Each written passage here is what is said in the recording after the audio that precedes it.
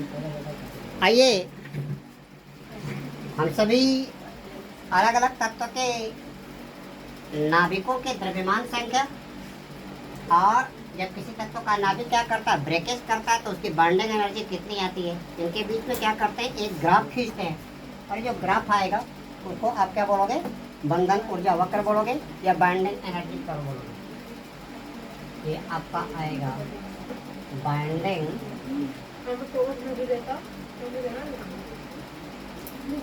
निकल जाओ क्लास से बाहर, निकल जाओ क्लास से बाहर, निकल जाओ क्लास से बाहर। तो क्या कहा, विभिन्न तत्वों के अस्थायित्व की तुलना।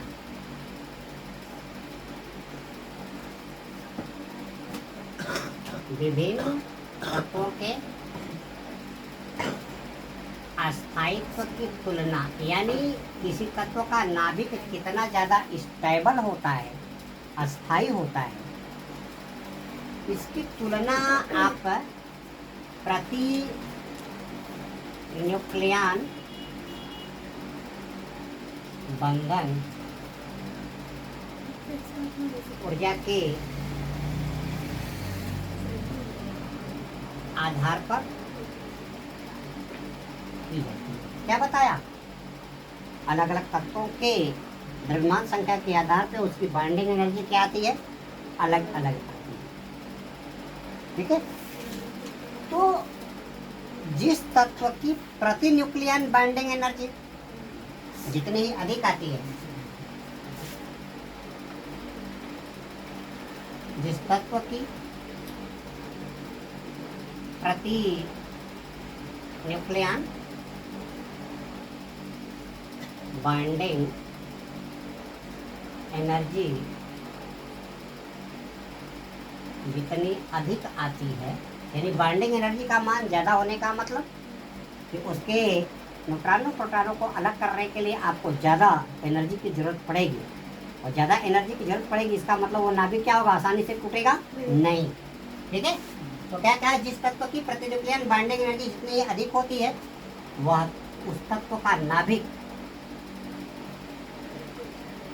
उस तत्व का नाभिक क्या होता है, उतना ही अधिक क्या होता है, अस्थायी। वैज्ञानिकों ने क्या किया, अलग अलग तत्वों के द्रव्यमान संख्या और द्रव्यमान संख्या के आधार पे नाभिक के टूटने से जो बॉन्डिंग एनर्जी रिलीज हुई, उसके बीच में क्या खींचा, एक ग्राफ खींचा। आप लिख सकते हो, प्रति न्यूक्लियन बॉन्डिंग एनर्जी, बॉन्डिंग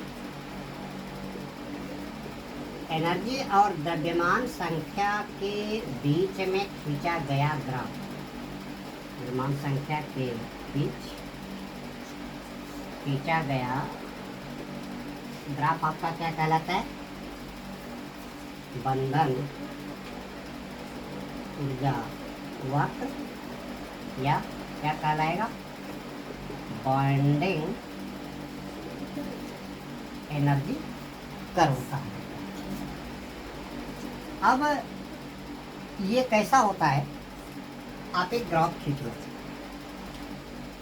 ये आपका एक्स एक्सिस और ये वाई एक्सिस। एक्स एक्सिस पे आपने क्या लिया, तत्वों के द्रव्यमान संख्या लिया, एक्स एक्सिस पे आपने क्या लिया, द्रव्यमान संख्या। द्रव्यमान संख्या को किसे दिखाते हैं, अब द्रव्यमान संख्या यहाँ से 0, यहाँ से बराबर बराबर दूरी पे क्या कर लो, निशान लगा लो, ये हो गया 0।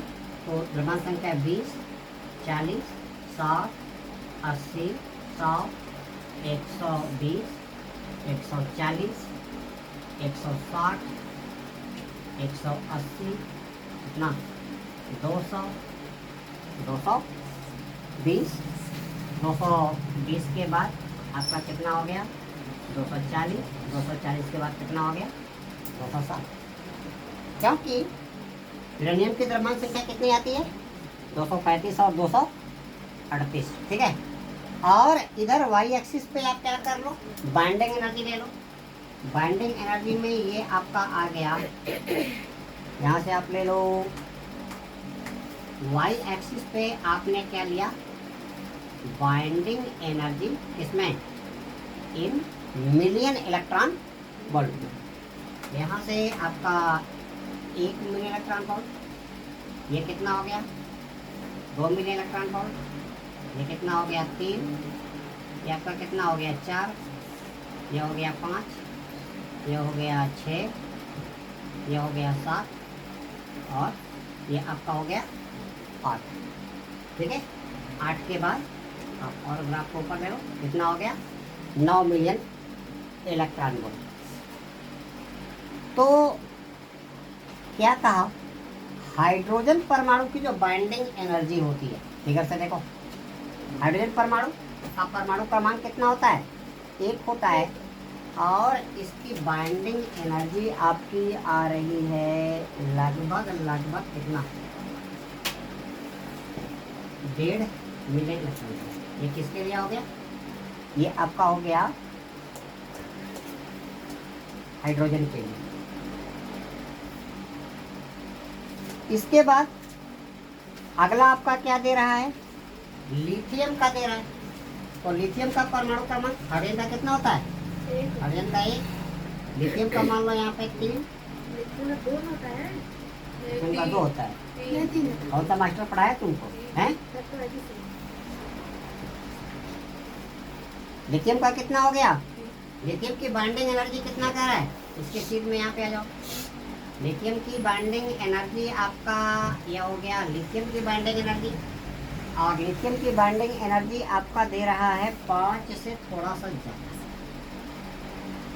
5 से थोड़ा सा ज़्यादा। इसके बाद आपका दिया हीलियम का, हीलियम की बाइंडिंग एनर्जी कितनी है, 7 है, और हीलियम का परमाणु क्रमांक कितना होता है, 2 होता है। इसके बीच में आ गया हीलियम का बाइंडिंग एनर्जी कितना हो गया।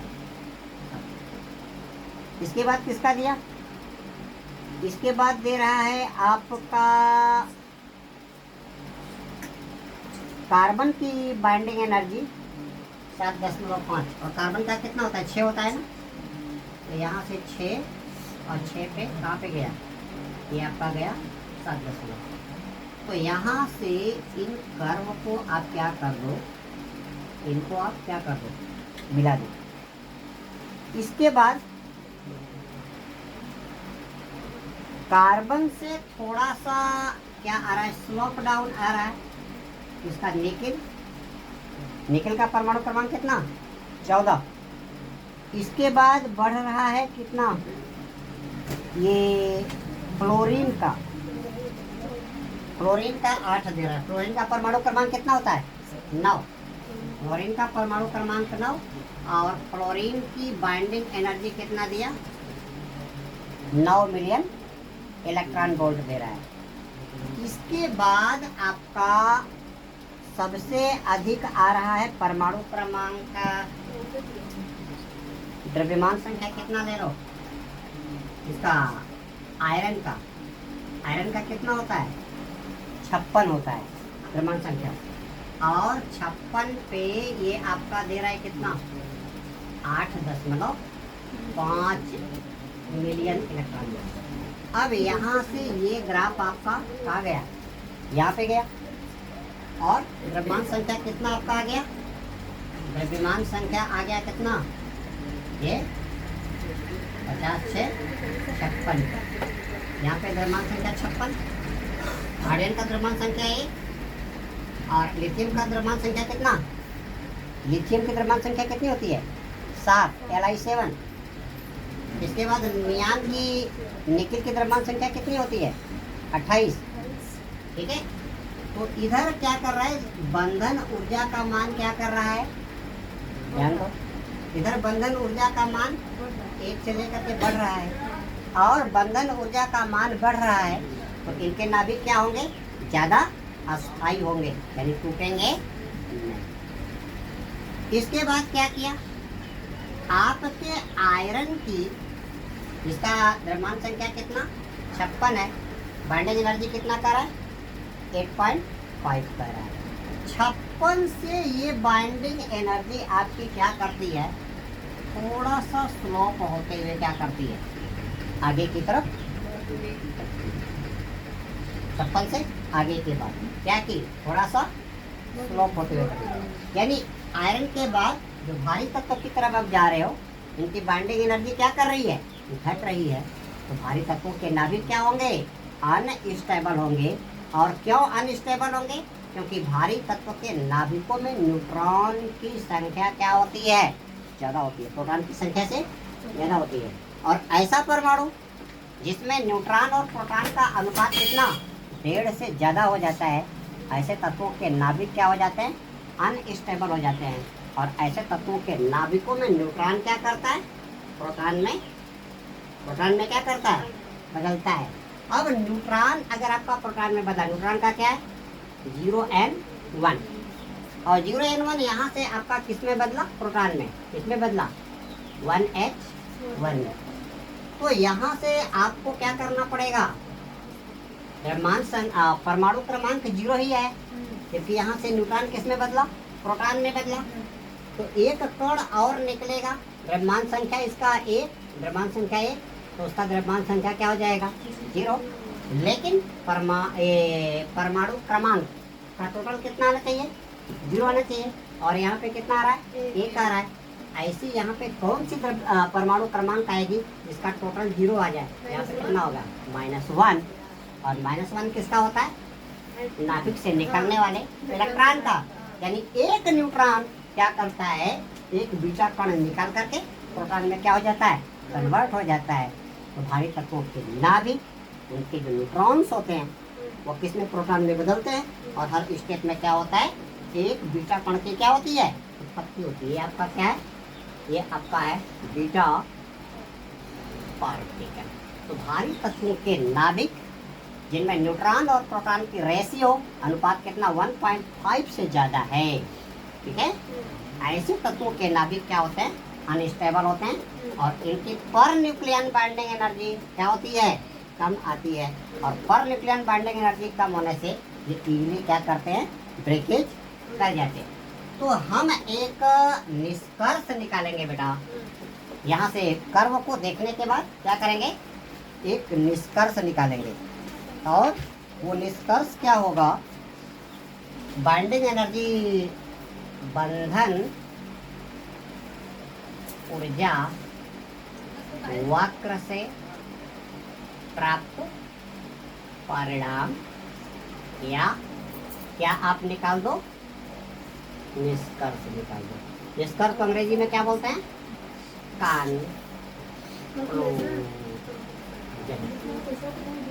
तो क्या निष्कर्ष दे रहा है? कह रहा है द्रव्यमान संख्या 50 से 80 तक के बीच के वक्र में एक सपाट शिखर 50 से 80। देखो ये यहाँ से आपका 50 आपका कहाँ है? 50 इसके बीच में आएगा। तो 50 से कहाँ के? 80 के बीच में। ये आपकी झुकावट क्या है? थोड़ी कम है। सबसे ज्यादा बाइंडिंग एनर्जी किसकी आ रही है? आयरन की। यानी आयरन का नाभिक क्या होता है? मोस्टली स्टेबल होता है। आयरन के नाभिक को तोड़ पाना क्या होगा? ठीक है। आयरन का परमाणु क्रमांक कितना होता है? 26। आयरन का 26। द्रव्यमान संख्या कितना? 56। तो आयरन आपका Fe ये हो गया 26, Fe कितना? 56। तो इसमें न्यूट्रॉन कितना हो जाएगा? यहाँ से न्यूट्रॉन की संख्या कितनी हो जाएगी? 56 - 26 बराबर 30। और प्रोटॉन कितना हो गया? प्रोटॉन हो गया 26। यहाँ से क्या कर दो? N/P निकाल दो। न्यूट्रॉन की संख्या बटे प्रोटॉन की संख्या। और ये आपका कितना आ गया? 30/26। यानी कितना? भाग दे दो। 30 में 26 से भाग दे दो। 26 से कम 26 या 4 0। 26 से कम 26। यहाँ पे कितना बच गया? 14। और ये आपका कितना? 20 पंजे 100, 6 पंजे 30। तो रेशियो लगभग आपका 1.15। ठीक है। तो ये रेशियो 1 से थोड़ा सा क्या है? ज़्यादा है, और रेशियो अगर 1 और 1 से थोड़ा सा ज़्यादा आ रहा है तो उस तत्व का नाभिक क्या आएगा, स्टेबल होगा, उसको तोड़ पाना मुश्किल हो जाएगा। लेकिन आप क्या कर दो, तो यहाँ से एक निष्कर्ष निकाला, ठीक है। पहला निष्कर्ष क्या निकाल रहा है, द्रव्यमान संख्या 50 से 80 तक के बीच के ग्राफ में एक सपाट शिखर प्राप्त होता है, यानी बहुत ज़्यादा इसमें स्लोपिंग नहीं है, ठीक है।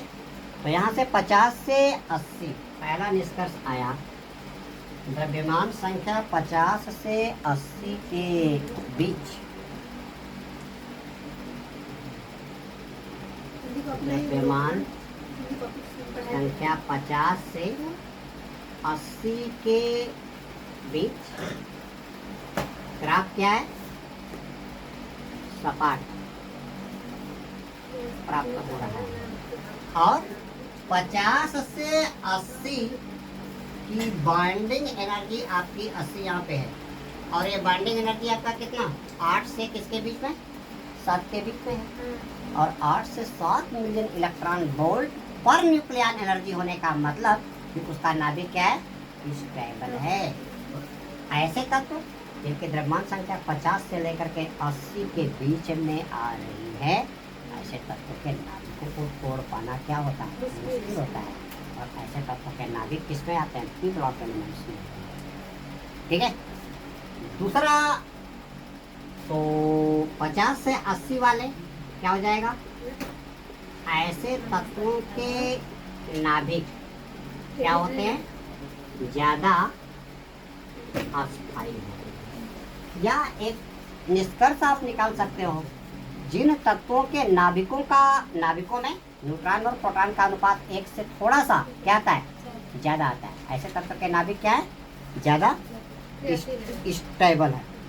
दूसरा क्या कह रहा है, 80 से अधिक द्रव्यमान वाले, अब देखो 80 से द्रव्यमान संख्या इधर क्या कर रही है, इधर बढ़ रही है, और उनकी बाइंडिंग एनर्जी क्या कर रही है, घट रही है। तो सेकेंड आपका दिया 80 से अधिक द्रव्यमान संख्या वाले तत्वों के नाभिकों के लिए क्या कर रहा है, बाइंडिंग एनर्जी का मान क्या कर रहा है, तेजी से घट रहा है। अतः ऐसे तत्वों के नाभिक क्या होंगे, कम अस्थायी,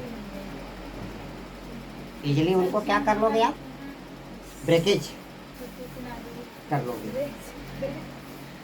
आगे क्या कहा, द्रव्यमान संख्या बहुत ज्यादा होने पे, अब देखो ये ग्राफ आपका क्या करेगा, स्लोप नीचे की तरफ भागता चला जाएगा।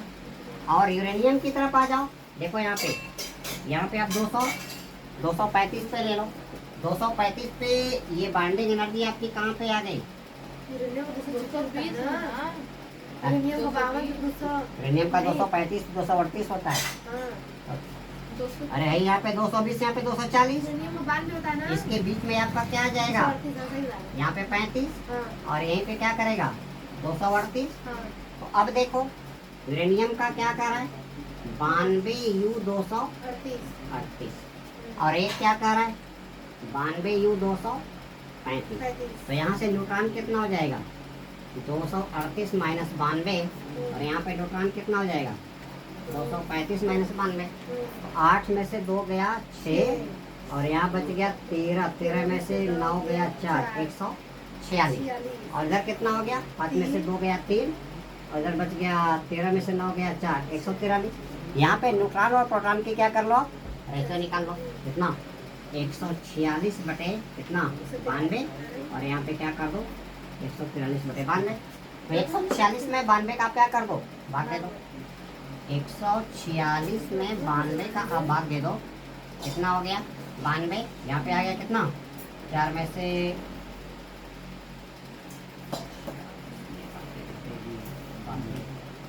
6 में से 2 गया 4, और 14 में से 9 गया कितना 5। तो कितना हो गया ये आपका, आ गया 4, चौदह हो गया 5, कितना लगा दो 0। ये कितना हो गया 9 छके 54, लगभग 6 बार के आसपास हो ही गया। तो ये रेशियो आपकी क्या हो गई, न्यूट्रॉन और प्रोटॉन की रेशियो मोर देन क्या आ गई 1.5 आ जाएगी ना, 1.5 से ज्यादा हो गई ना, और 1.5 से ज्यादा हो गई तो इनकी बाइंडिंग एनर्जी क्या हो रही है, कम हो रही है। और बाइंडिंग एनर्जी कम होने से यूरेनियम का नाभिक